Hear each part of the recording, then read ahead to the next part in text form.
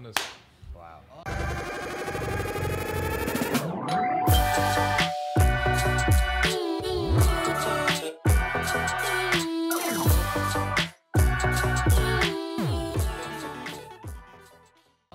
Almost maybe a year and a half. Yeah. Year and a half? Yeah. How many episodes now?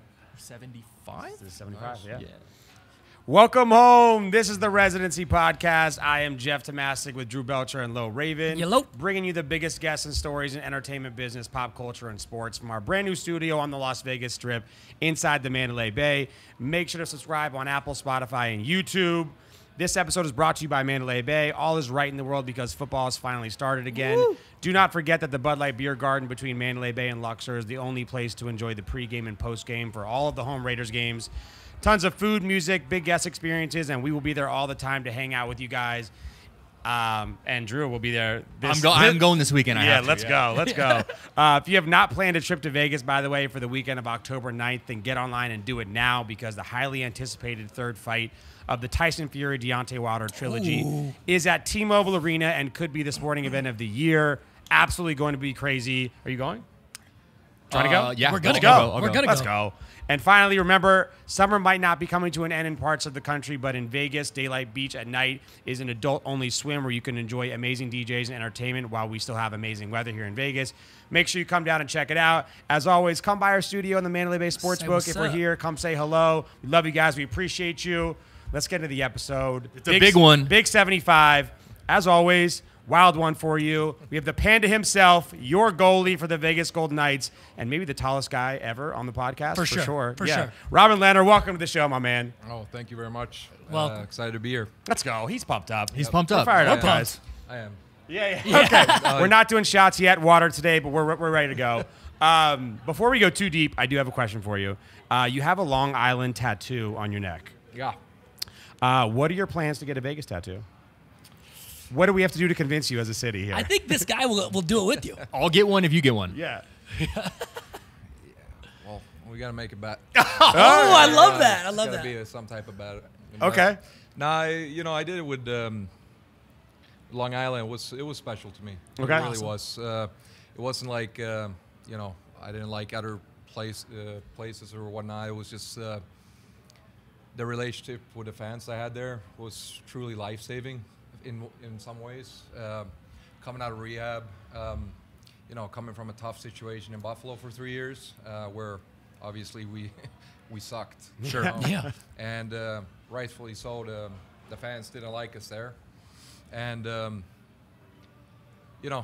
wasn't a very popular guy there. And that's fine. That's kind of the goalie. If you're a goalie for a team that's not winning, that's... Yeah. You get That's the what blame. happens. Makes Yeah, sense. sure. Makes You're sense. the It usually scapegoat. goes, goalie, coach, D-man, forward. Sure. It's that's the blame train. Yeah. The blame Blame train. train. Someone's got to be the scapegoat. Yeah, All right. But then also I didn't do myself any favors. I made some mistakes there. But then when I came to Long Island, I played my first preseason game. Coming out of rehab, it was a shit show of a summer. Had a few terrible interviews with a few teams. Came to Long Island, Lou Lamoriello, Trotz, they were great to me. Made us all feel welcome. First home game, preseason, never played in front of them. They gave me a standing ovation and cheering my name. That's so rad. And, Matt Martin, those guys are fan favorites there, and I had a bigger cheer than them, and when they pronounce our names. you Yeah. know, and most what I heard in Buffalo was booing. It just gave me honestly the life kick and revival of my career kick I needed. With that support that I had in Long Island, being open. I think that's the type of fan base they had, and it turned into a really special relationship. So that's why I put it there. It's not like I'm planning to put All the cities? Yeah, want all the to? we've been in 5 now. This is the 5th, so it's then Be I will enough have for a the whole whole sleeve. neck covered. So Yeah, for Just- sure. Just the US? I'll do something else. All There you right. go. Well, if we can audition for a Vegas tattoo, you let us know. We'll do a live tattooing at Mandalay we gotta Bay. figure something out. Then I might be in. Okay. Yeah, there so you Figure go. something out. Drew said he'll do it with you. Yeah, guys, do it, we're yeah. going to think of a bet here, and we're going to come up with something, and this could be a massive moment. Yeah, that'd it be doesn't so have to be fun. the neck, by the way. We can pick another spot. You got a couple pieces of skin still open. Well, if someone give me ringside seats for the Wilder fight, then maybe I'll do Don't it. say that because we can absolutely Yeah, arrange don't say that that. because it'll be done. There in a we second. go. Yeah, if I do that, then I'll do a Vegas tattoo on my neck. No problem. There we go. Tickets are On the coming. way. They're on the way. Guys, the city's here. It can probably be arranged. Yeah, watch this. Yeah, I'm going to get your email after this, and you're going to get a flash seats notification real quick. I love that, man. Your time in, as you just kind of described, you've definitely bounced around a few times. Your time in hockey has been anything you would call it typical. How would you describe your NHL career so far? Oh, yeah, it's been interesting. Okay. It's, but I think not as crazy as people think, because I think a lot of players have same types of careers that I have. Absolutely. They bounce Except around, I- 100%. Yeah. Honestly, I've been open about it. Yep. The rest of the people are hiding, and not being very open about things, which is fine. I'm just, it's been a crazy journey in general. Coming even to North America, pursuing the professional life, and ever since I got here when I was 19 years old, it was a whirlwind of ups and downs. From day one, I decided to come to North America, first professional year, and the whole way it's been a ride. It's been craziness of luck. It's been craziness of bad luck. It's been, and that's kind of what you go through as, especially with goalies. I think you got to be lucky to make it in this league. I think a lot of good goalies don't make it because of bad luck. Sure. You don't get the right opportunity at the right time, and you come in, get drafted by a team that's no good, and then you're not.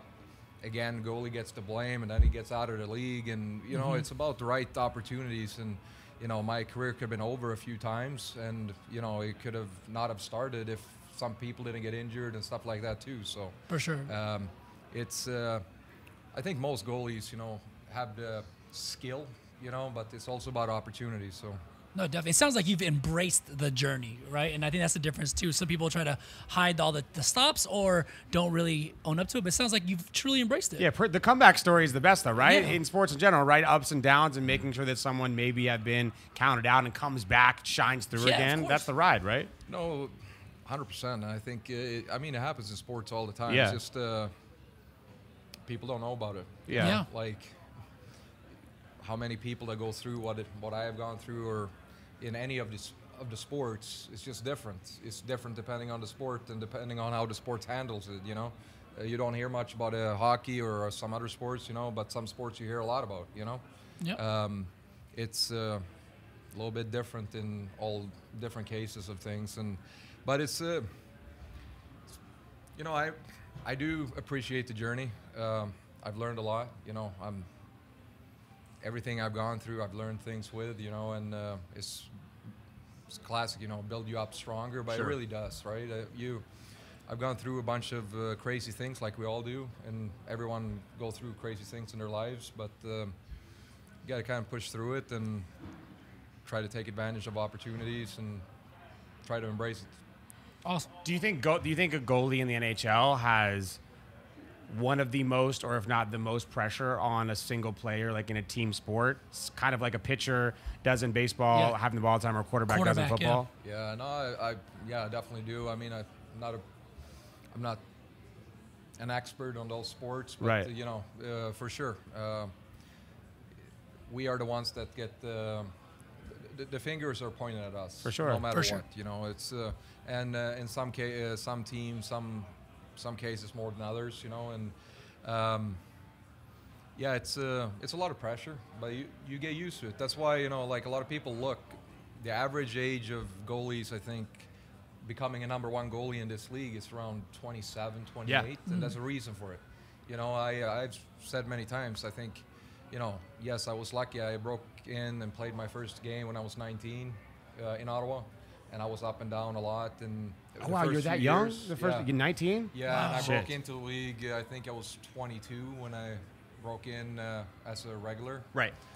Somewhere there, 22, 23 maybe. Was the lockout year. Me, Ben Bishop, and Craig Anderson. So I was blessed that I got the opportunity, but it was too early.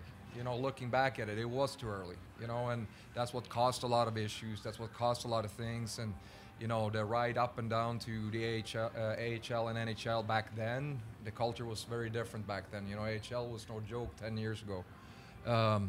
Was not easy to play there, you know, and then you go up, see the limelight, make some good money and have some fun, and you go down and then you ride the bus and you have, was a crazy culture back then too. And, you know, it came over here 18 by myself, 19 professional by myself with, you know, you get some roommates and you gotta live by yourself. Yeah, you know?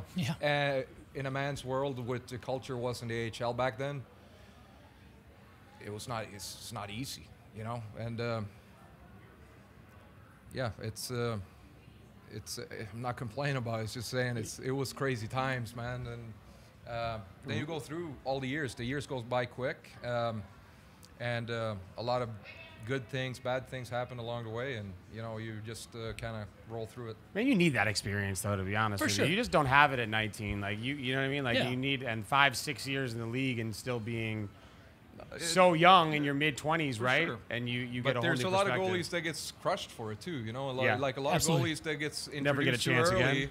You know, they don't do too well, and then they all of a sudden they get flushed down in the mix, out, and you know, they don't get the help or the pump to get back, you know, and another talent's gone, you know, and you see it in there's a lot of good goalies that have been on the verge of being kicked out. You understand what I mean? And I mean, look at a lot of the goalies that started very young in the league. You know, a lot of them. There's not many of them that truly just made it from that age and going forward. And you know, that's why I look up to like Carey Price. You know, he in Montreal, the shit he had to take there the first bunch of years. Yeah, yeah.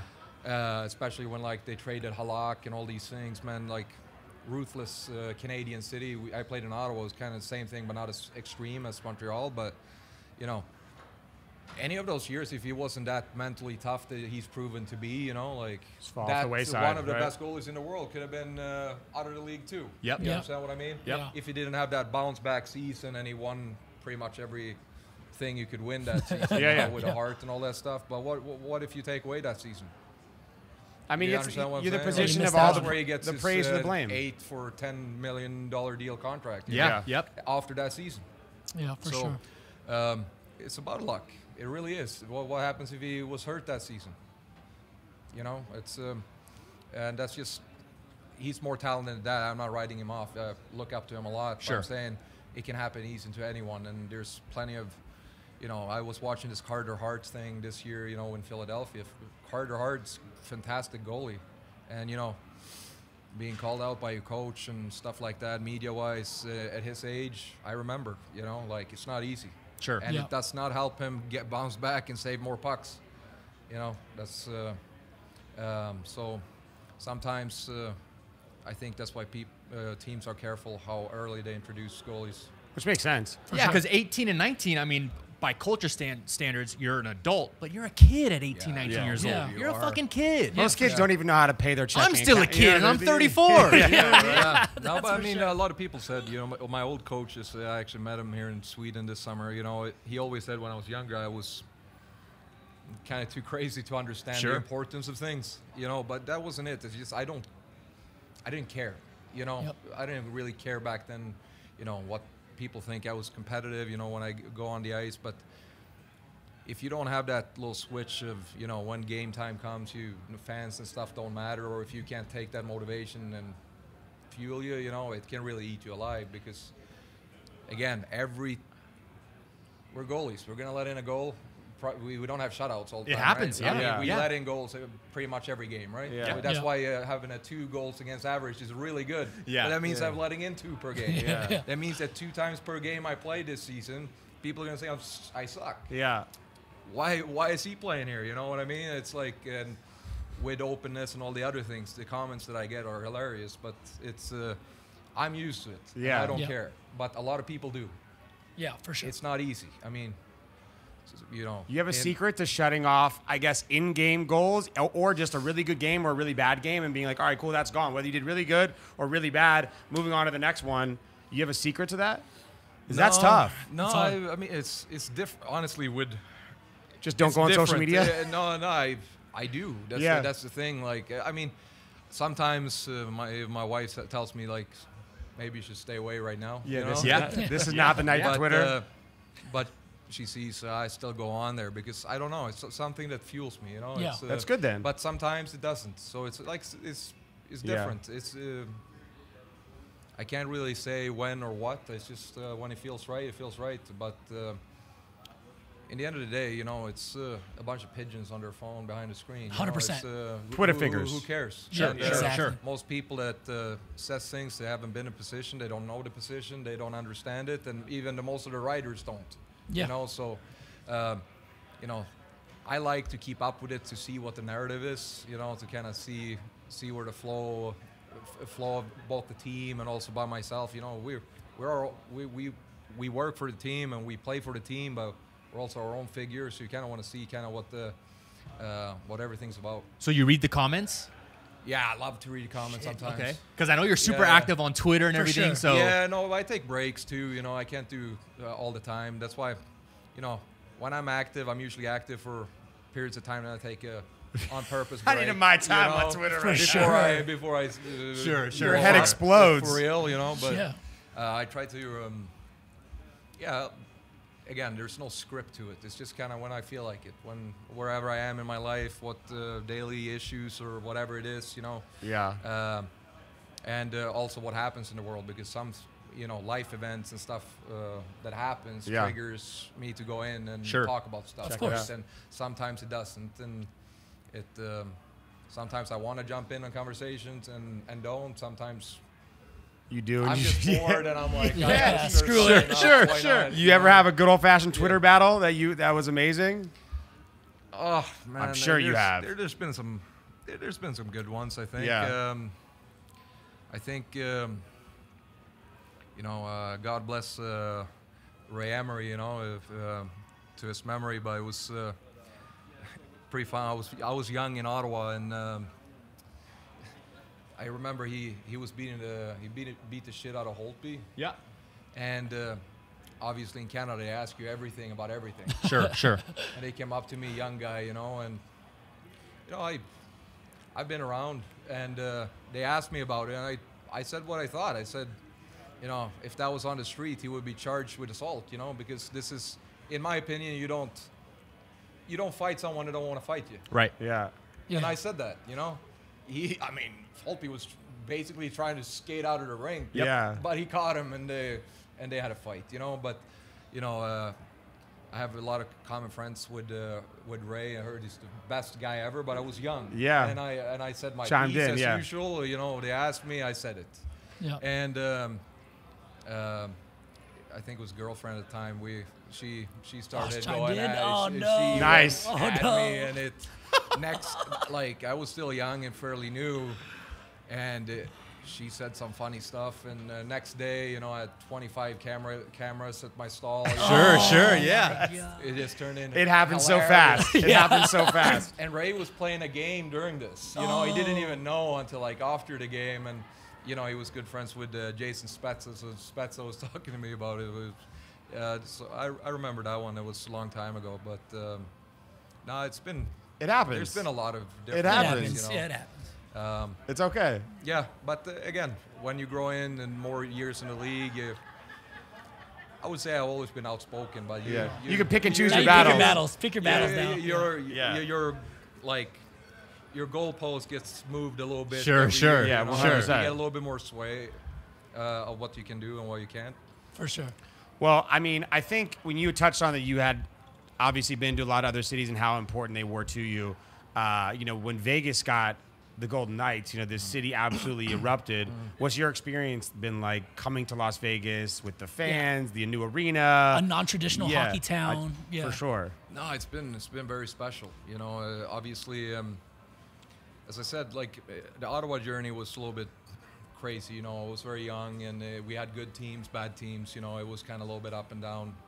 As I said, Buffalo, not much to say there. We were not good. Sure. And there was a lot of issues throughout the board there. Then obviously everything happened. Rehab Long Island was great. Wish it would back then. I wish it would have turned out good there and stayed there. But Sure. you know, everything happens for a reason. I end up here, which is absolutely amazing. We love Chicago as well. Yeah. But what I really liked was the last 3 teams, right? Like, even in Chicago, you know, good team, you know, great players. You know, we were still competitive. It was fun playing, you know, and I didn't really have that before. And get traded here to a organization that does everything, an owner that wants to win, GMs, coaches, all that stuff. Everyone wants to win, you know, and it's a big pressure. If you don't perform here, you're gone. Yeah. And that's true. People say that, I mean, that's not how it should be, but I totally disagree. 100%. Absolutely. And for me as a goalie and in my position here, you know, yeah, that's a lot of pressure, but then I also know that, you know, we have a great team here and we can win. Yeah. And we want to win. So why shouldn't they be that pressure, you know? And but back to your question with Vegas, I think we both were very happy. My wife wanted to be in the heat, you know, always wanted to be in the heat. But It's every fucking time hot. it was It's trade hot. deadline and stuff, and we heard some rumors. We were looking around to cities that we were hoping, and it never happens. We stopped looking, and all of a sudden it became Vegas, which was a shock to me. Got here, and COVID hit, you know. Sure. So it was everything just, I think 3 normal games, and then COVID hit. And then we went into lockdown. I was in an Airbnb that's for a crazy. I while. didn't My wife think it's- came and joined me a bunch of months later from Sweden. Yeah, I didn't. So you really barely got the Vegas experience, truly. Not for since COVID hit until it started opening up a bit. You Right. know, like it's. Wow. Okay. I really never did, and The gap year. Just the gap year for everybody. But you know, I still got to experience like the fans, the passion around the fans on both sides, and I understand it. You know, it's a new sports franchise in Vegas. You know, obviously very passionate for the Golden Knights from day one, and with everything that happened, everything kind of rallied around the team and around the city with everything, and obviously the team meant a lot and means a lot to everyone here in Vegas. For sure. And so it's amazing to see that passion, because there's no better place to play in than here. But also on the other side, you know, with Mark and with Flower, it was as a great guy. You know, it was a lot of heat on me. You know? Yeah. It didn't matter what I did. You know, it was a People lot took of negative sides. things. Yeah, you were the it bad was guy. Like, I was in here destroying things. Sure. You understand what I mean? And I didn't choose anything. I didn't Absolutely choose not. to come here. I didn't call Vegas to tell them to trade for me. I didn't call them, you know, and being on a bunch of one-year deals, am I going to turn down a long-term deal in a great city with a great team? You know, of course, I mean, it's sign that deal, business. baby. You Got know, to. and I thought it was a good thing too. You know, Flowers also getting older, and I mean, I hope he has more years in him, but. Yeah. Having 2 good goalies, you need that in the NHL these Absolutely. days. So I thought it was going to be a good thing, but man, it turned into real ugly at times, man. Well, we're happy to have I was enjoying Twitter for a while, you know, and Yeah, so I mean, we can definitely talk about it. You know, Yeah. I think, like you said, going back before, I think a lot of the fans, they have something to say, and they may not know enough about the sport. And I can say, being born and raised in Vegas, Vegas was never a hockey town. Never, a lot of the people are transplants here. So when Vegas did get hockey and we signed Flower that first year, it's the greatest thing ever, which we all loved. and he was great, man. Phenomenal. He is great. Yeah, He's he's a a Hall of legend. Fame. He's a He's going to legend. be. He's a guaranteed Hall of Famer. He's one of the best goalies, records left and right. You know. Yeah. No one has more respect. Yep. I'm a fan of him. Oh, yeah, we You know all what love I him. mean? Yep. Obviously, you know, in the beginning, it was weird for both of us. Sure. You understand what I mean? Of Sure, the course it was. awkwardness. I mean, Sure. I'd be lying if it wasn't. But we're professionals, and we treat each other. We're teammates. And, I mean, I've gotten to know his agent now and actually think he's a hilarious guy, Walsh. Yeah. And, you know, he stirred the pot there with the sword thing. Oh, my They gosh. still joke around a lot Oh, with him now, you know, and that's the thing with people don't know. Like, it just turned into such a sideshow there, and it was hard for us to kind of just focus on winning games, you know. And but you know, he's the most professional guy I've been around. You know, great guy, and pleasure playing with him. But again, it shouldn't have been I don't think should be like that hostility that was from a lot of them, because you know what, I just trying to do my best for this team, you know. Yeah, And, it was the fans coming after you for no reason. And no, but they had I understand their passion. Again, Yeah. I think also for the fan base here, you know, not everyone is like grown up with hockey and Absolutely. all that stuff, right? Yeah. But there's obviously a lot of them too, and the people that control the narrative of the hockey opinions in this city are not the best either. Sure. Yeah. And True. I respect them, but I mean, I've seen them say some really crazy things, and it's always, I mean, just look at this year, you know, how many people are saying, you know, bad things about Pietrangelo and all this stuff. I mean, he's one of the best one of the D-men in greatest. the world, One of the man. greatest. And like Overpaid. Where's our money? Where's the value? And then all Yeah. of a sudden playoffs happen. Oh, guess he was good. He had a great playoff. Oh, Yep. He just won the cup That's a few years also- ago, captain of a team, and we got him, and it's a problem. I'm like, because these writers have no idea what they're talking about. They really don't. But big daily sports coverage, that's the most negative thing about daily sports coverage, is that if you, especially with off seasons, if you don't have anything to talk about, you have to Create opinionate something, and yeah. create things. I mean, and of course you have to. Yeah. I mean, content creation is one thing, but putting out really bad opinions to people that's still learning the sport, it's not a True. good Well, thing. 100%. For sure. But in the end of the day, I'm not criticizing all of them. There's good writers Sure, too. yeah. I'm Yeah. not going to sit here and say this or this. I'm just saying there's some people that create Exist. the narrative here, and that's been very against me. It's like when I win a bunch of games, it's like he's not getting as many shots as Fleury. They're blocking more for him. Sure, Why sure, are they sure. playing better Why is for the Robin defense than playing better for Fleury? Robin? Yeah. Like they think I don't know what they're doing. Sure, you know what I sure. mean? And I go and have some posts. Some guy, he has been many posts lately. The team scores this many goals when Robin plays. But like He does read the when comments. they average, He does when read the they comments. average things out. No, this is from the actual Yeah. writers. Right. Yeah, the writers. These Yeah. are the writers. We had the same goals for when you Yeah. average it out, but it goes in like I can play a few games and we score more, and then I play a few games we score less, and all of a sudden, Robin's not playing good right now.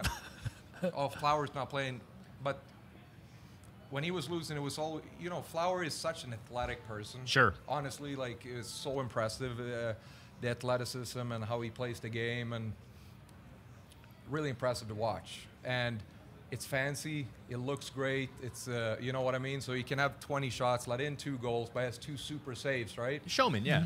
I have 20 shots, let in 2 goals. I don't have those saves because I don't play that way. Yeah. And then it's like, there's Robin, he wasn't good today. Flower, it was the same type of game, same shots. No, he couldn't do anything. You understand? It's Sure, like- sure. The sure. highlight Yeah, moments, yeah. you know? And then they create this narrative about it. So I think it wasn't like fans necessarily jumped on me on purpose. You understand what I mean? I think it was a narrative to it too, created by the media, that made it very complicated to kind of break through. And I have a big hurdle to break through right now too. Yeah, so what are your expectations for this coming year? I mean, this is a totally new situation for you. I expect a lot of opinions. Yeah. Yeah. Well, the opinions are never going to stop. No. Yeah. Yeah. No, I mean, everyone keeps saying, keep asking me how you feel, and you're going to go in and play. You'll be a starter now. I'm like, nothing changes for me. Yeah. You know, I've played against a lot of good goalies. Brasser, who we brought in, he's a great goalie. I expect us to compete for it. You Yep. know, Yep. If I don't play good, I don't want to play. You know, I want the best players to play. You know, it's about winning. Absolutely. For me, it is. And there's a lot of things behind the scenes that people don't know, and that I won't say. I mean, if someone's playing better than me, then they should play. That's my honest opinion. And in the end of the day, I go in every season thinking, you know, that's part of myself, tricking myself to perform well, that I'm the best in the world. When I play, I think I'm Michael Jordan of hockey. The stats are pretty up there, I yeah. have to, Yeah. but I have to tell them, I know I'm not. Yeah. But I'm in the game. I'm telling myself. Do that. it. Just Yeah. a 23 You know, jersey on underneath, baby. man, it's- Mama mentality. That'd be good. But that's how I approach the seasons. You know, like it's That's good. competition. You push each other and you try to be as good as you can. But Yeah. it goes with goalies. It goes up and down. Ask a lot of goalies. You can have the best feeling on a game day, right? You can come out and have the best warm up, best sleep the day before, come out, feel great. You let in 3 in the first period. there are games where it doesn't matter how good you are or how good you feel, you can look terrible. Yeah, it's just not that day. And there are games, and I've had, especially early in my career, when I felt like shit. And I got a post. That was lucky. You know, like small things. You have a great game. You know, you can't really. Obviously, you can. You better your odds if you're a better goalie, but it doesn't matter. Like a lot of things are unpredictable. In the world can be shelled in the first period with the tip, and then another one-timer goes bar down. You know, what shooter is shooting at you? You understand what I mean? Is Ovechkin hitting his one-timer, posting in, or is he hitting you in the chest? You know, like it's a lot of luck too. So you play the position with luck a little bit. It's crazy. It's absolutely crazy. Going back to the Alan Walsh tweet, do you think he should have held off on the timing of that tweet? Only because I think you want to know something. You know, like as I said, I think he's awesome. You know, I think Alan Walsh is awesome for. You know what? I was pissed at the moment. Sure. 100% I was. I would be lying if I wasn't, because what if it made that playoff harder for me. Yeah. 100% it did. But Alan Walsh is one of those agents that are really pushing for player rights and you know, getting the game better for the players, and he's outspoken, and I respect that. I'm outspoken. You understand what I mean? And in the end of the day, I respected him for standing up for his client. You understand what I mean? Yep. I like. He works. He doesn't work for the team. He works for Mark. Was it good? Was it something that he should do again? No. But I respect him for it. I really do, man. For sure. And, it makes sense. I think it was tough for Flower too, you know, and but he did it out of, you know, how much he loves Flower. So again, I respect him for standing up for his client, but it wasn't good for our team, and you know, it's a team sport. So in the end of the day, I think he would agree with me if he hears this, that I think he would do a do-over on it. But again, it's something that me and Flower were kind of laughing about. It was so you guys laughed about it? Yeah, we did. Cool, the next day, you know, Flower came up to me. It's like the next day and said he was sorry, and he didn't know. But we laughed about it. Okay. It had nothing to do with him. Yeah.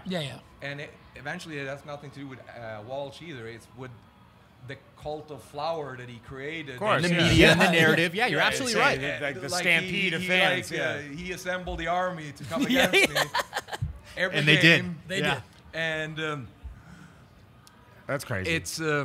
It didn't make it easier, because again, it's even if I'm good mentally to turn that away and make it into good things, it's also, you know, new on the team. You know, do I know if the players, you know, Flower is very liked, you know, like it brings a lot of those things. Like the outside noise is one thing, but like it felt weird in the locker room. Absolutely. You know what I mean? And like a divide. And it was during the playoffs, right? It was in the bubble. So, okay, So it was. No one else to talk to but each other. It, there's nobody else there. You have to get through it. But again, made me stronger. You know, it's thanks to Alan. You know, it made me a little bit more prepared for this season. Because this season, I said it before. You know, I had a lot of pressured seasons. This is my highest pressured season, and I know it. I have to perform for one reason. The organization is that way, as we just talked about. Yeah. If you don't perform, you're out of here. Yeah. That's. If you don't know that by now, you should probably be on this team. Yeah. If we don't win the cup, it's my fault. Yeah. Honestly, like, don't portray it that way. Don't portray it that way. I'm not saying against the team or anything. I'm just saying the narrative. Yeah. The fans, for sure. And that's fine. I'm here to win the cup. You know, listen, man. There's no one that's going to be harder on themselves or on me than myself. Yeah. You know, like I want to. So. That goes back. Praise or blame, you know, it all comes to you, right? If you do win, ideally, hopefully you get all that praise, right? And, absolutely. You know, that comes with the other side. It's a great opportunity. Honestly, I can look at it as the biggest pressured season and crumble to it, and who knows? I guess we'll see. Yeah. But it's also a great opportunity for me to do the best I can and help the team win, and hopefully we can go all the way and get it going. Let's go. Let's go. I'm hyped. Let's go. I'm hyped. You know, it's whatever you turn it to, right? Absolutely. I like it. A little bit like that Tom Brady thing last season, right? Like if they wrote him off. If he goes to Tampa and loses, it's all it was Belichick, Belichick, right? It was all that was everyone was saying. Oh, now he doesn't have Belichick. Now look at how he's gonna go. He goes and wins. That's you know? hot. It's I'm so like, sick. It's the what most did he- ridiculous what did he flex do? of all time. It's so sick. It's on another scale of what I'm talking about because that's crazy what he did, you know. But it's kind of the same thing, you know. Like it's depends what you do with your opportunity, and obviously you try and do best I can. And we have a great team. We have great leaders on our team, a great coaching staff, and I'm excited for the season. We have all the tools. We just have to find that little extra, you know, and push through. You know, it's small details that we just gotta a little bit longer, you know. Yep. 100%. So I was scrolling through your Twitter, and one of the favorite things that I saw was you have a personality of you that you reference quite a bit. If we were interviewing your fifth personality on a bender in Amsterdam, what is he like? I love that comment, by the way. Yeah, I don't. You always say like yours crazy. Remember, what I answered that to, but no, I said it sometime. You know, honestly, I'm not trying to. I'm trying to be careful with that stuff a little bit too. But sometimes I'm not. You know, being bipolar, you know, it's a lot of stigma to it. It's, but yeah, I have different moods. That's what bipolar is. It's nothing else, and I'm in different moods. And when I'm medicated, I don't go through those long period of times. I don't go to extremes, all that that I was when I was unmedicated. You know, but I always say like I'm a little bit special guy. I'm not ashamed of it. You know, I have you're a little absolutely bit open of, about it. Special, different personalities at times, you know, and not in a bad way, you know. But you know, early in my career, you know, I was a shit show at one point, and I had too much fun sometimes, and you know, and I trying to remember what who It was funny. Someone You're saying you're being as crazy as my fifth personality on a bender in Amsterdam. It was funny though. Yeah, but what did that person say? Before, I don't remember the exact tweet. It was hilarious though. No, you had a few good ones. Yes. But you know, at the end of the day, you know, I think we all go through different moods in our lives, you know, and different parts where you do some things you might regret or not regret. You know? Yeah, for sure. But in the end of the day, you know, it's. Well, you are one of the most outspoken advocates for mental health, like in pro sports. I think absolutely. you know you've been very, very public about that. Can you tell us about how that's benefited you as a person and people around you? I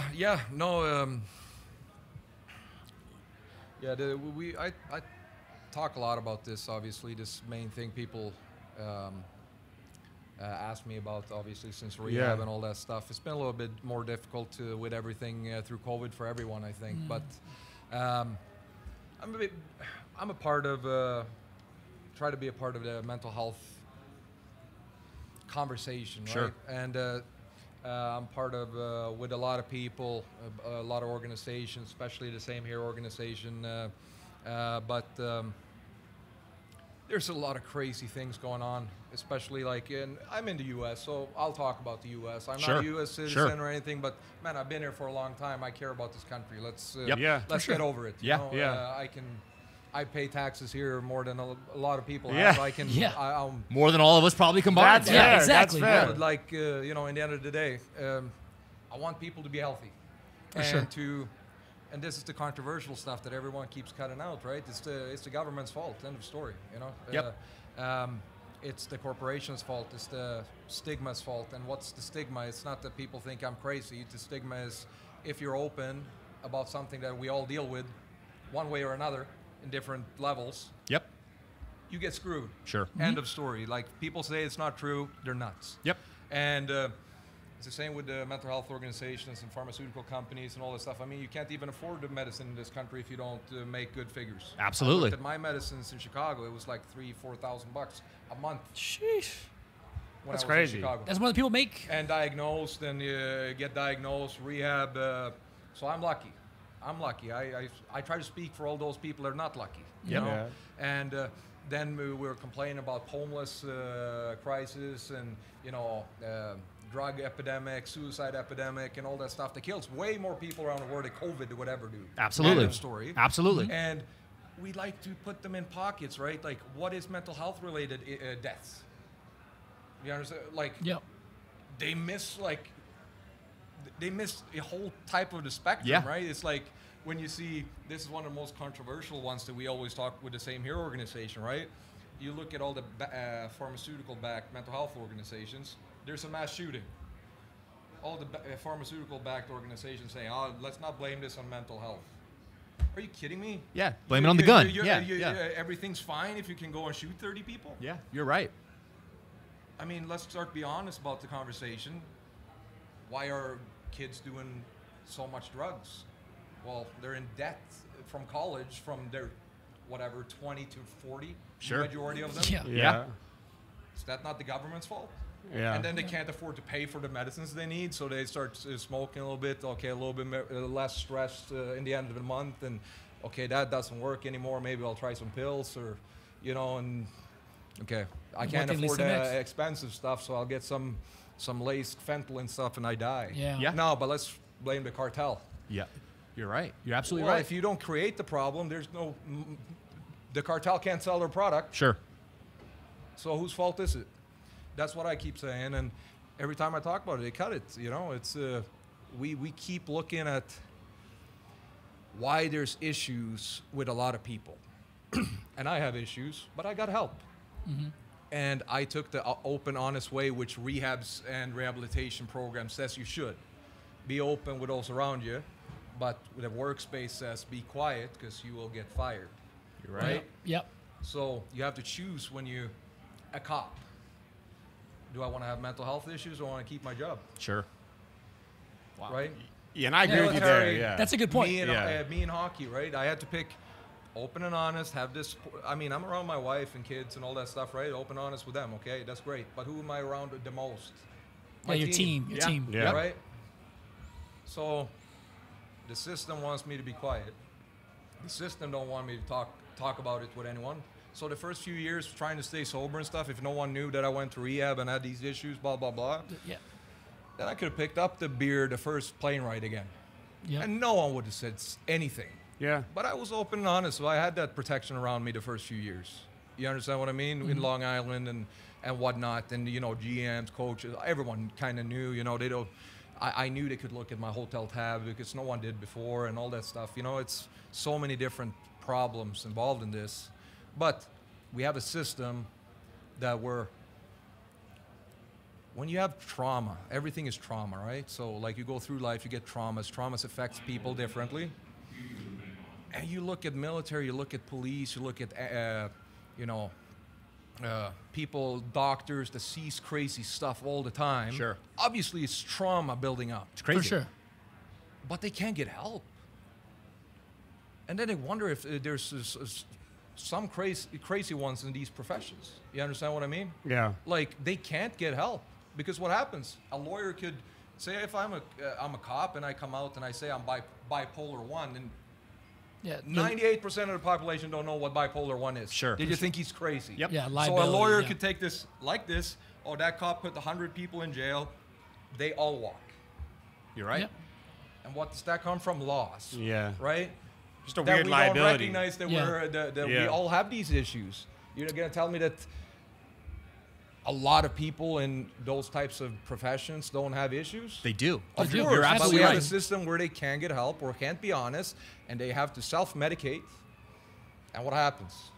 Yep. Exactly. I mean, that's the system for Yeah, you. And it's looked that's down the upon, same in yeah. all the different professions and sports and corporations and all that stuff. And that's why I'm trying to speak, get more people. It's not to, neglect, the middle class or lower class or whatever classes you want to talk about. It's just if the upper class can be open and honest about it, then it normalizes. Sure. For sure. That's what the Same Here organization does the most for me, trying to get people, CEOs, other athletes, whatever, to speak out. Join the conversation. Join the conversation, Yeah. normalize it. Exactly. What type of And- feedback have you gotten from fans and just regular normal people about how helpful they've been or you've been because you've been public about it in their lives and maybe taking that step to be more open with their inner circle or their job or their boss or whatever it may peers, be. yeah. Yeah. No, but I mean, I've gotten a lot of good feedback. But again, I'm still struggling at times. Yeah. Like I still goes up and down. But that's part of the everyone does, conversation, you understand right? what I mean? But Yeah. I get a lot of good feedback that way. But it's surface feedback, right? It's again, if you can save one life, that's great, right? I've had a couple of good instances. I helped a few people, and That's there's amazing. a lot of. I get a lot of messages on my social medias and stuff, and I can't help them. Sure. Yeah. Because there's so much. Sure. And I try to, with speaking and, doing what I'm doing and planning what I want to do in the future, kind of to help as many as possible when I'm talking about loss and try to explain things and put some perspective to things. I think that will help more. Because in the end of the day, I can sit here and talk as much as I want about these things, but what does the people that can't afford the medicine do? What is he going to... I'm not helping him. You're right. Yeah. How am I helping him? Yeah. I should sit in front of Congress talking, even if I'm a grade 9, crazy Swedish athlete, whatever they think, because they have no clue. Yeah. Yeah. You're right. I've been through this stuff, with my background, my family, without going into that. I grew up kind of on rehabilitation centers, all types of things. I've been around people, addicts, mental health issues, family members and relatives, all stuff. I know a lot about it, and there's so much in the world, especially now through COVID, right? And that's why I spoke up against the COVID too, like, of course I respect COVID, but I also respect what's going to happen, because I understand what's going to happen. I understand what to look at to see what's going to happen, because a lot of these people that's struggling now during COVID, it's not dying now. Sure. And that you can go through history and see during pandemics and stuff, you have survival mode and you stay around the family until everything normalizes again and you've lost your business. Everyone else's lives is kind of coming around, or you got addicted to something. Addiction doesn't kill you in one day most of the time. You're It right. takes a long time. Yep. How many people start drinking, tobacco, drugs during the pandemic? Yeah, How many yeah. people lost all their money and lost their life purpose and can't rebuild, right? They're not going to just die right now. So a lot of people comment to me, "Oh, you're lying. There's not more suicide now than it was before." There It will be. come Yeah. a wave of more drug addiction. All the people that was in programs and AA and all that stuff lost all that during the pandemic. So people that was struggling, they lost their support systems. There's a wave of consequences coming in the next bunch of years from mental health that was already way bigger than COVID ever was. And people say, well, mental health doesn't infect anyone else. Are you kidding me? Try living with a person that's depressive. Ask my wife how it was living with me when I was through my cycles. You think she was happy? There's a miserable city. You're so right. Yeah. Yeah. Is it not infectious? Sure. No. Not in the sense that it's a bacteria, but Yeah. Yeah. if Rubs off on people of easily. course it Yeah. does, Yeah, of course. like if you grow up in a tough household, Yeah. creates mental health issues. Correct. Absolutely. It really does. And how many people that didn't get help and got locked in with domestic abuse and all that stuff. I Yeah, go you're so through right. all these things, and even kids. Like there was statistics and stuff that I went through and got professionals to give me the statistics. It was like crazy things about rented households not getting food on the table every day. How's that affecting kids in a big portion of rented households in the U.S.? Longer periods of times, like all these things affects, right? Yeah, just being cooped up. But we would like to do suicide, right? Like people that they find like hanging, or if they shot themselves or whatever happened, right? But like there's so many things that you can't really put it on it, right? And what led to it, and there's a lot of mental health issues that it's not documented as mental health deaths, and it's still, I think, yearly around, what would I say, 10, 15 million or something there die of mental health issues, but they don't count in all the drug overdoses. They don't Sure, count in, sure. drinking and driving. I think that you have to have some issues if you can, chug a bottle and then go out and drive, For sure. It's not all the attributed to people, that. and this is where people get angry at me too, all the people that are in prison or criminals or murderers and stuff like that, of course there's an issue, you know what I mean? I think that a lot of people disagree with me, but I believe you have to have an issue to be able to hurt someone. Of course. But it's not, of course, to the people that talks Yeah. to me. It's like it's dangerous to say that. Well, I mean, obviously, if someone that has, if there was some mental health education in the school systems, and that's what happened in rehab, right? You go to rehab and you get educated about illnesses. Sure. Yeah. So you're saying And like, I'm fitting into it. like I'm preemptive education is you're saying Yes, what's necessary, preemptive, right? yeah. Not like after you have a problem, you No, finally because- get the Yeah, lessons you ahead of need. time. Do you think I knew I was bipolar? Yeah. I've lived once. What I am is what I know. Exactly. Yeah. Do you understand what I mean? So how would I know that I have an issue except that, I can see, well, why can they be consistent with this stuff? Why are they happy all the time and I'm not? Like you go and wonder, right? But like, it's not until you hit rock bottom, and then there's terrible aftercare system anyways. But for Yeah, me, you're not I'm taught lucky. that. I had a good aftercare system, but you get taught in rehab, right? Or when you get into the bottom, Yeah.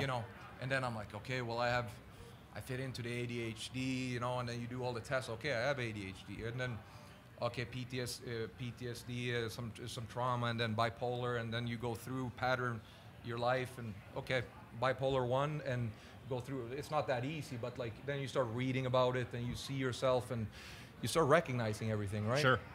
Yeah. And if there was more mental health education in school systems from young ages, not at least tools, Sure. then you can recognize. catch it earlier. Then I believe that a person that's going down the wrong road could be up the right road. You know what I mean? For sure. And maybe don't drink too much and like accidentally, drink and drive and then kill someone. Yeah. And I think a lot of things you can treat a country from within by having. And again, I'm from Sweden. I'm not a socialist, but I believe that if you have good healthcare, and make sure that people get diagnostics and treat their mental health, you're going to save a shit ton of money. Yeah. Because Down the imagine road. all the mental health, how much that costs a country, with crime and all that, what entails, in my opinion. You'll save money. In your world, specifically the NHL, is there open communication about mental health within the NHL, or is it still No. pretty just a closed off? If you Yeah. particularly choose to speak about it publicly, it's crap. But there's not a lot of open communication within the NHL. No, it's not. I work close with the program, and they know how much I appreciate them. I encourage people to get help, but there's room for growth for all of us. Yeah. I'm not criticizing them, but it's not enough. That's why I was angry. It was frustrating because I'm trying to fight for a cause where I see a lot of people struggling. And, we have a COVID video before last season about all the restrictions and the dangers and all that stuff. And we had a 1-minute slide about bubble fever. Call this number. I'm like, what what are you guys doing? Bubble fever. It's... I've seen people, and again, it's not poor hockey players. I've seen people everywhere. Everyone struggle. Doesn't matter if have $1 billion, if you isolated in your room, you know what I mean? You're used to what you're used to. Yep. And your mental health get affected by it. There's different degrees of how much it affects certain people.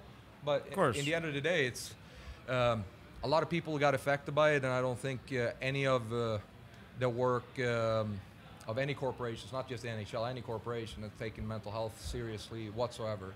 And so it's not calling out the NHL in any manner either. It's everywhere. Yep.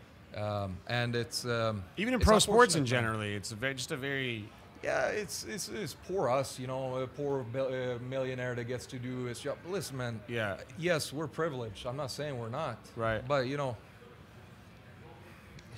in the end of the day, we all have feelings, no matter what, right? Absolutely.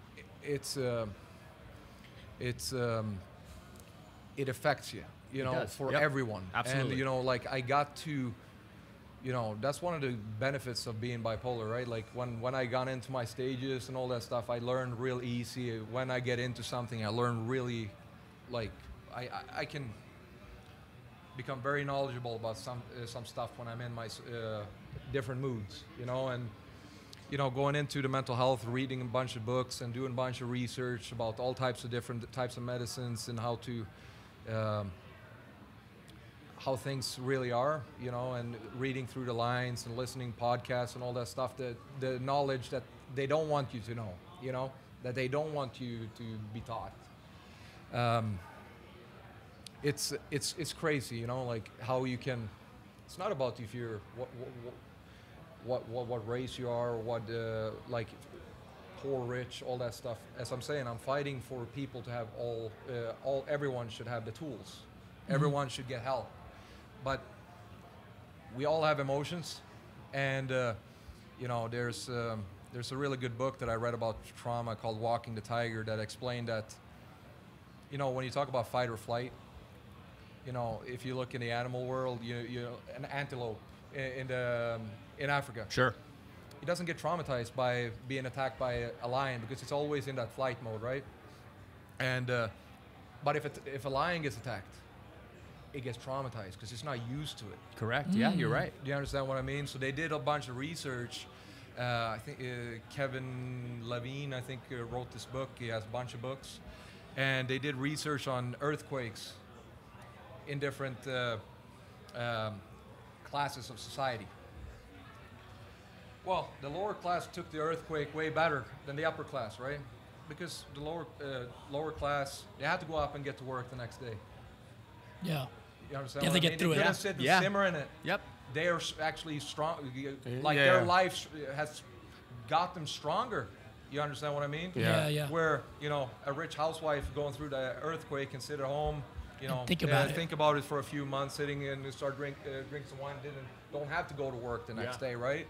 And that's how trauma kind of builds up a little bit too. So we can't measure things, but obviously I'd be lying too. Like obviously a lot of people have it a lot worse, but we're all going through this together, and seeing that people don't get help, it's saddening to me, you know, and that's why I try to speak about it. And For sure.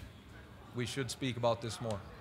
Absolutely. Well, kudos to you. I think just the conversation, like whether as slow as it may be, the conversation essentially should build snowball effect over time and get It just and has get to start better. somewhere. Yeah, and get better and better.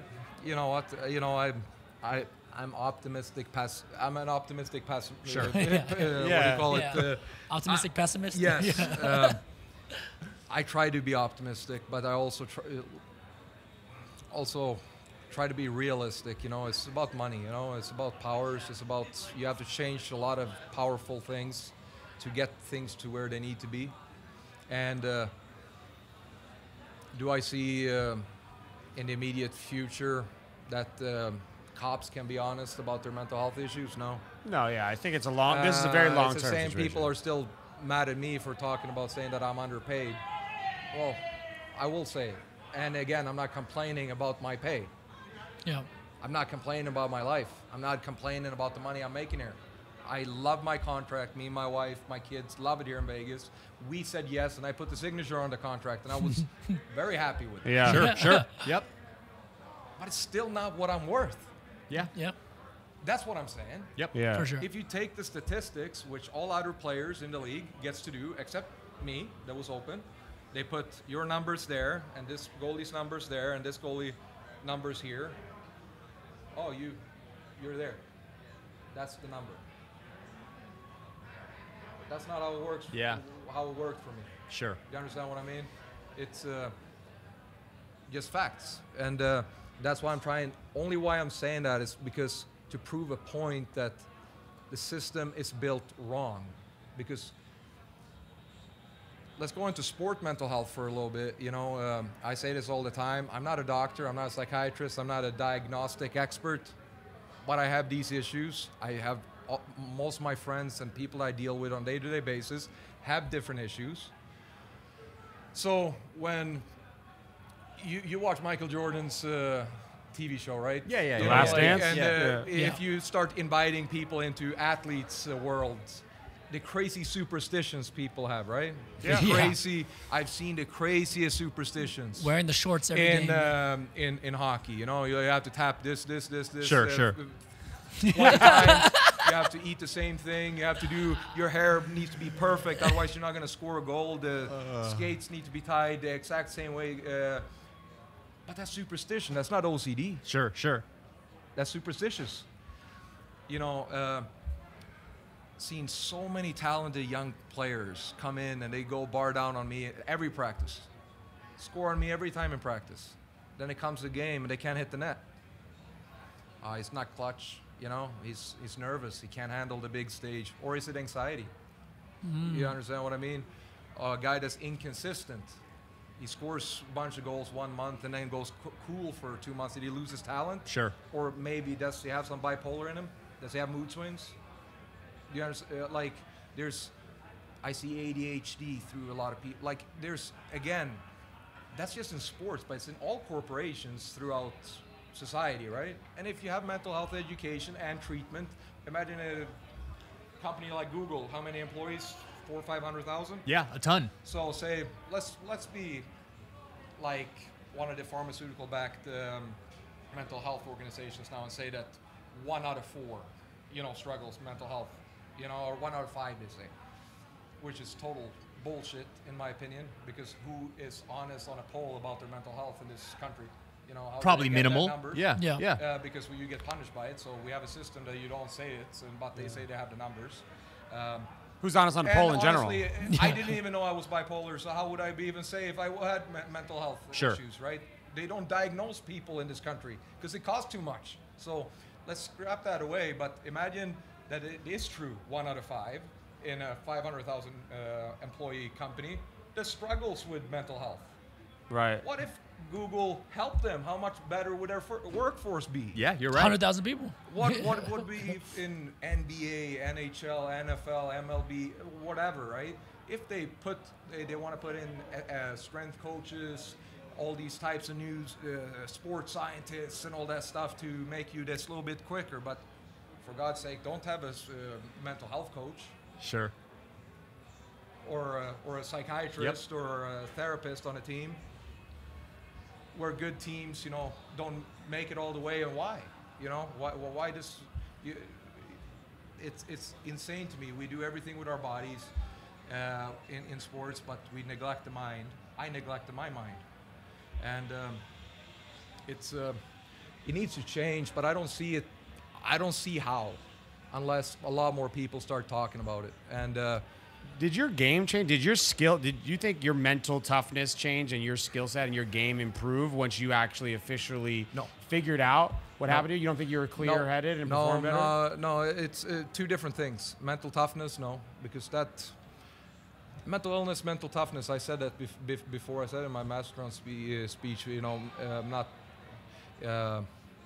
Because I'm mentally ill, I'm not mentally weak, and it's really true because a lot of people that are mentally ill have to go through their day with mental illness, and it's not easy. Yep. And you get stronger, and you learn how to adapt and survive, right? So what we said about the antelope and the lion, right? It's a trauma. You get stronger, right? But what helped me was when I was diagnosed, before I had to play in a bunch of different ways.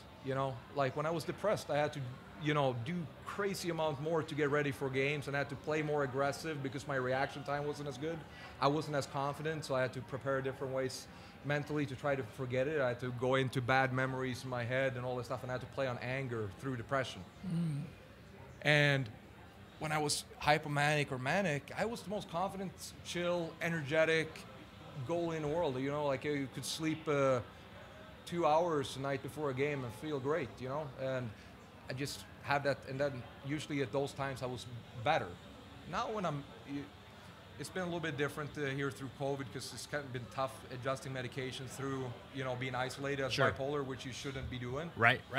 But the first few years out of rehab when I was on steady medication and I am what I am right now, like I don't go through those things, so I can be more consistent. So my consistency is way better. Got it. And treated my other mental health issues, not just the bipolar, has helped me tremendously.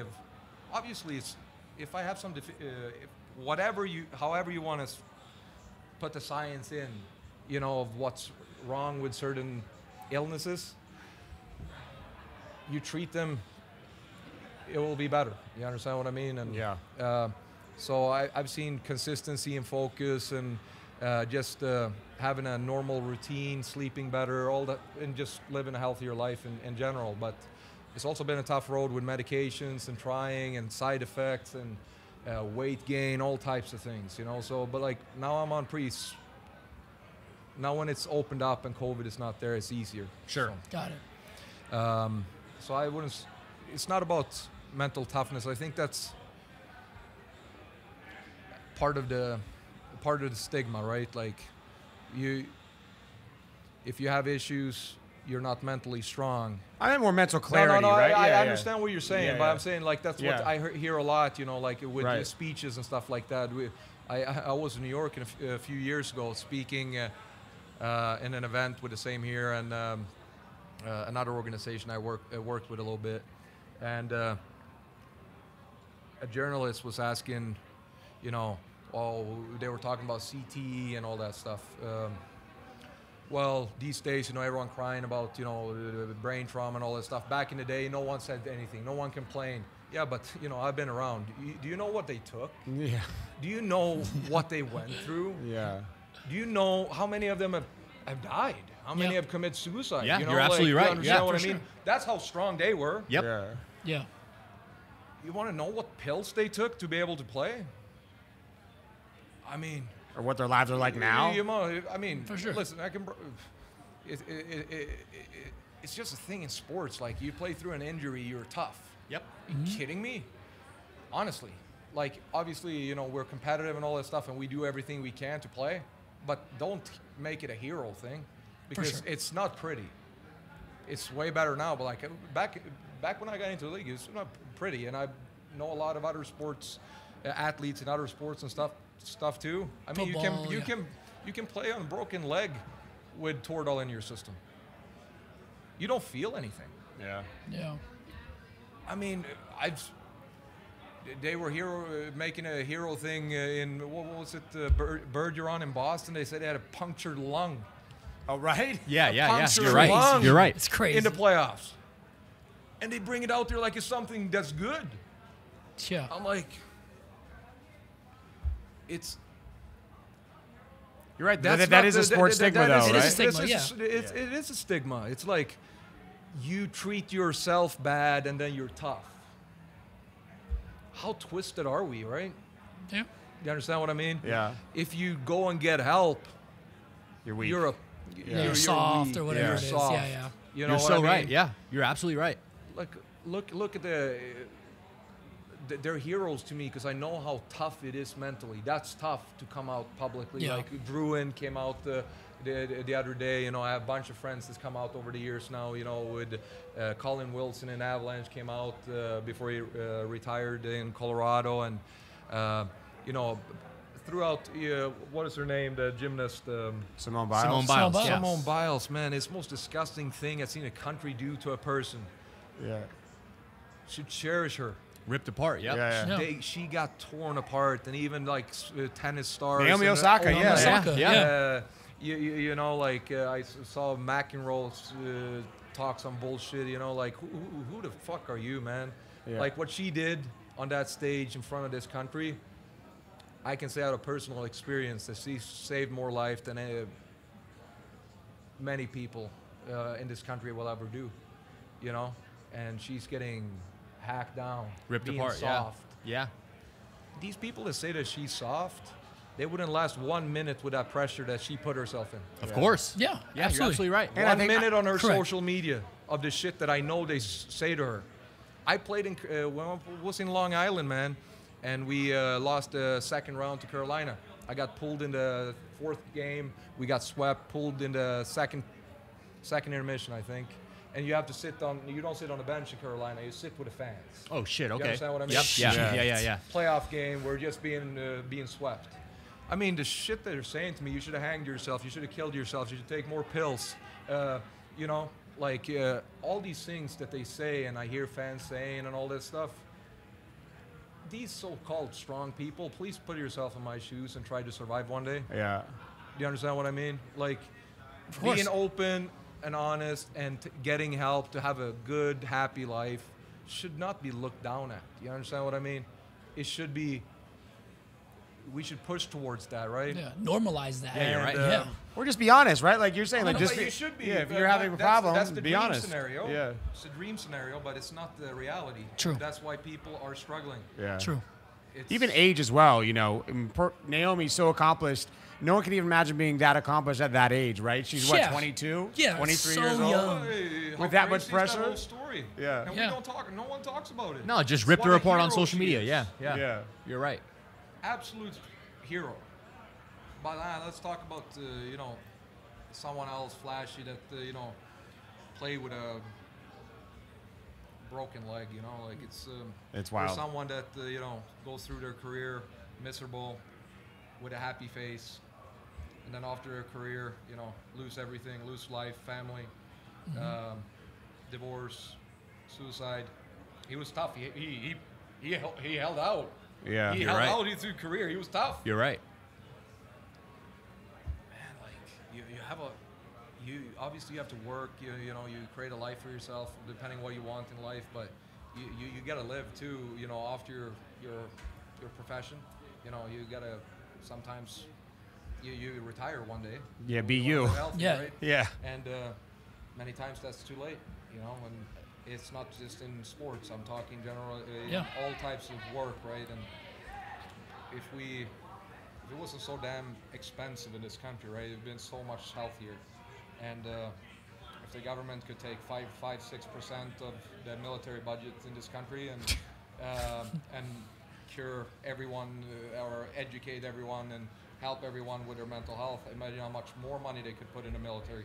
You're right. Probably quadruple that 6% they take out because of the money they save of not things the government have to pay for that gets destroyed in this country, right?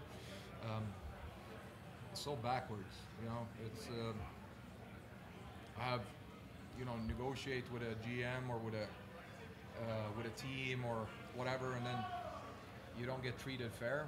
That's fine, but when it's done, they come talk to you about their issues. Yeah. You know, Yeah. or you know, I one of my good friends, not naming names, is like, yeah, I live a perfectly normal life. I don't really know what you talk about. I can't relate to mental health issues. Sure. Okay, well, your kids is on benzos, and you think it's normal. Yeah. Yeah. Yeah. You're For right. anxiety, benzos is one of the most dangerous medications you can be on. It's the only it's harder to get off benzos than heroin, but that's a normalized thing. You take it so early now these days, you know? Yeah, well, I'm like, and you sitting here and telling me that you can't relate to mental health issues. Open your eyes. You try to your normalize kids- it, yeah, yeah. Your kids is already on. They're already on Xanax, man. Yeah. It's fucking crazy. And it is. And, you know, anyone would, because we don't diagnose and we don't do the proper things, you know, okay, it's like a assembly line, you know, like for the people that can get medicines, okay, I feel a little sad, okay, here you go, 48 Xanax.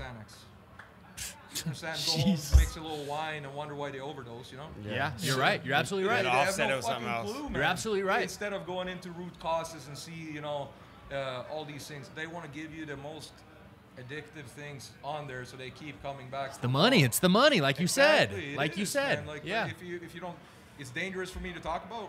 I mean, I gotta be honest. I said I will never work with a pharmaceutical company ever, and I got the proposal a few years ago with a company called Raylar Bipolar Medicine. I said, my agent called me. I was like, "Fuck you, never." And that's dangerous for me to say. Yeah. It is. But I just did it last week with them because that was the first company, and I talked to Same Here and the people that runs it and people I work with and explained why, because they were the first organization that came and wanted to do something with me, and they were going to do it for educational purposes for psychiatrists, doctors, and pharmacists. A video, a shoot, 5-6 hours at my house about educating, about giving, you know, and that gave me a little bit of hope.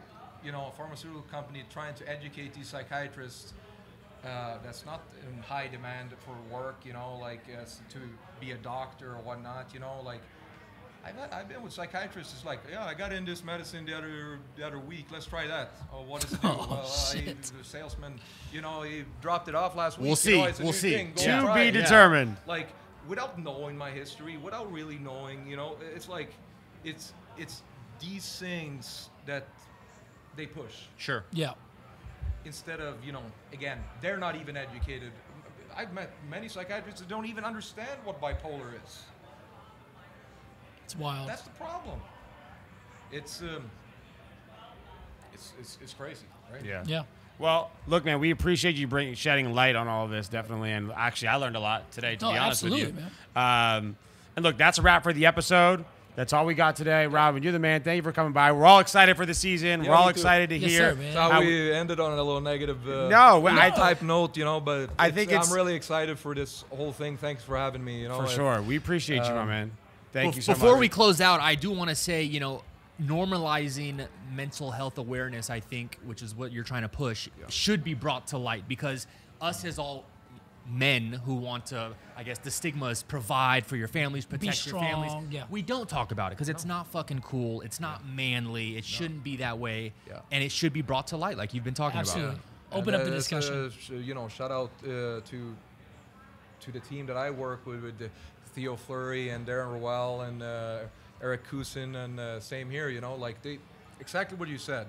They created a podcast of not to be against women, but of men. Yeah. That can sit and talk about their emotions, right? For in sure. a podcast, and the same here podcast. Yeah.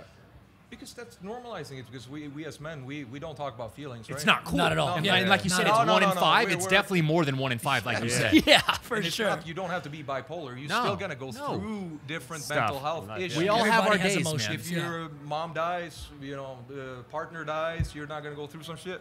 100%. You're absolutely right. Divorce, financial issues, all types of things. It goes up and down, your mental health, everyone. Everybody. 5 and 5. That's what same here says. It's not 5 and 5 or bipolar or schizophrenic. It's we all go through mental health issues, and trauma builds up and creates mental illness. Absolutely. That's what it is. And if we don't take it that way, more people need to talk about it. Yeah. For sure. We agree, man. Well, thanks you again. Yep. We appreciate you. And still, that bet's on the table if you want it. Let's go. No. See, the thing is we can actually get you those. We can tickets. get you those This tickets. asshole's gonna do it, and then I'm So I get a tattoo. It's fine. There you go. Done. I got it. I'll get a small one on the thigh or something. I got emails to you. send after the episode, people. Yeah. We're Guys, excited. thank you again, Robin. You the man. We appreciate man. you. Thank you, Robin. Really appreciate it. Guys, thank you for listening. We hope you learned a lot today. Hope it was a good time. We'll see you next episode. Yes, sir.